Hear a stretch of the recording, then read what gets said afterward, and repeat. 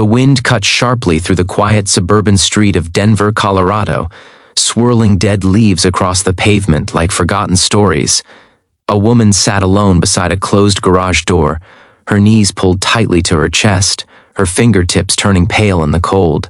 Her eyes, red from tears, were fixed on nothing, just the empty distance that matched the weight in her heart. Across the short walkway, a little girl named Ava clung to her father's hand, her innocent eyes filled with worry.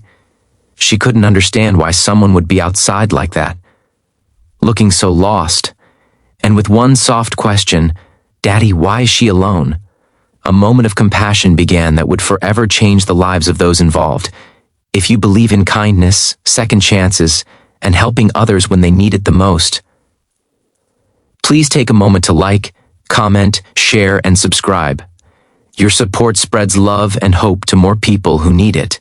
Inside the home, a warm glow promised comfort, a stark contrast to the shivering woman outside, who hadn't felt warmth in a long time.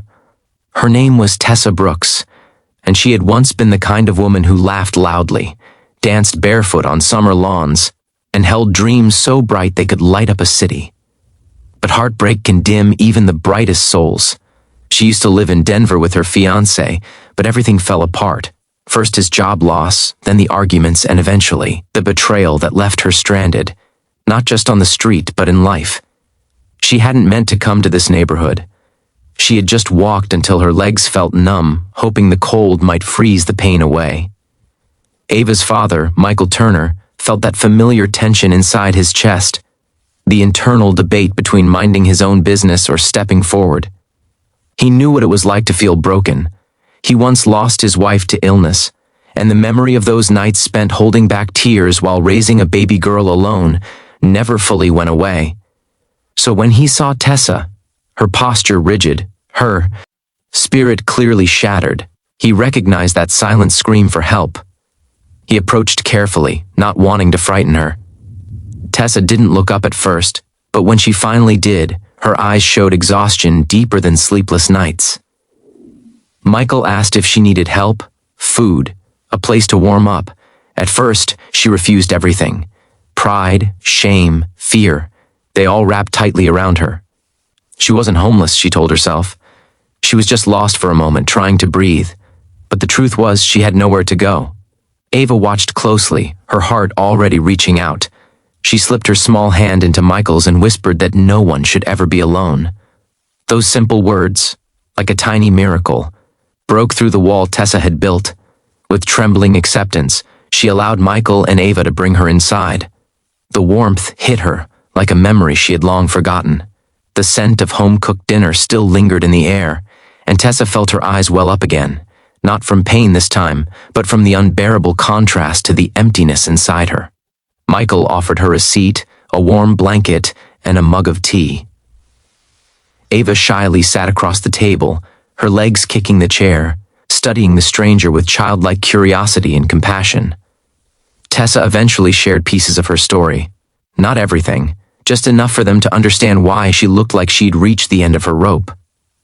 Michael listened without judgment. He didn't push or pry, he just listened, the way someone once did for him during his darkest days. Over the next few hours, something beautiful happened. The heaviness in Tessa's shoulders loosened slightly, her breaths, once shaky, grew steadier, and Ava, sweet, kind-hearted Ava, began drawing pictures to give Tessa so she wouldn't feel sad anymore. One drawing showed the three of them together, holding hands under a bright sun. Tessa held that paper like it was something priceless, but as night grew deeper, Tessa's worry returned. She couldn't impose, she didn't belong here, in a house full of warmth and love. She tried to thank them, insisting she'd leave quietly, but Michael gently asked her to stay at least for the night. It wasn't pity, it was empathy. And for the first time in a long while, Tessa felt like maybe she wasn't a burden. She slept on the couch, resting better than she had in weeks. When morning came, Ava was the first to greet her, handing her a banana and a note that said, "You are strong." Tessa's tears fell again, this time silently, gratefully. Days passed, and she stayed longer than planned. Michael helped her call the women's shelter she had been too afraid to reach out to. He even drove her to a job interview after helping her fix up her resume. Tessa began rebuilding her life piece by piece. Ava cheered her on every step of the way. The first time Tessa smiled, a real, unguarded smile, Michael noticed. It lit up the room exactly like he imagined it once did. One chilly afternoon, after a particularly successful day, Ava tugged her dad's sleeve and looked up at him with excitement. She wanted Tessa to stay with them forever. Michael gently explained that while people sometimes come into our lives broken, helping them find their strength again is the biggest gift. And then we let them choose their own path. It was a lesson in love, not possession. When Tessa eventually moved into her own small apartment nearby, she promised they'd see each other often. She hugged Ava tightly, thanking her for being the little angel who saved her. Then she looked at Michael with a grateful smile that held 1,000 unspoken words. Weeks turned into months. Tessa flourished. She got a steady job and began volunteering to help others who were lost like she once was. And every Sunday she visited Michael and Ava for dinner, because some connections are too special to fade. Sometimes when they sat together sharing laughter and memories of the day they first met, Tessa would still glance outside at the cold sidewalk. She'd remember the version of herself who had almost given up. And each time, she silently thanked God for the little girl who noticed her and the father who cared enough to stop. Because sometimes a single moment of compassion is all it takes for a shattered life to start healing.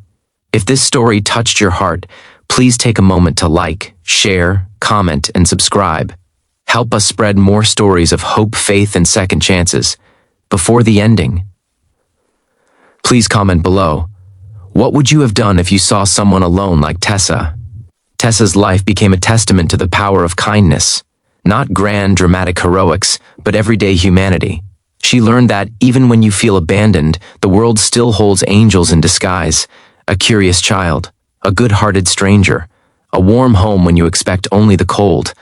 And every night before bed, Ava still asks her daddy the same thing. Do you think we helped her enough? Michael always smiles and replies, we helped her remember she wasn't alone. That's always enough. The truth is, we never know what battles others are fighting, but when we notice, when we care, when we act, hope returns, and sometimes that hope is exactly what saves a life.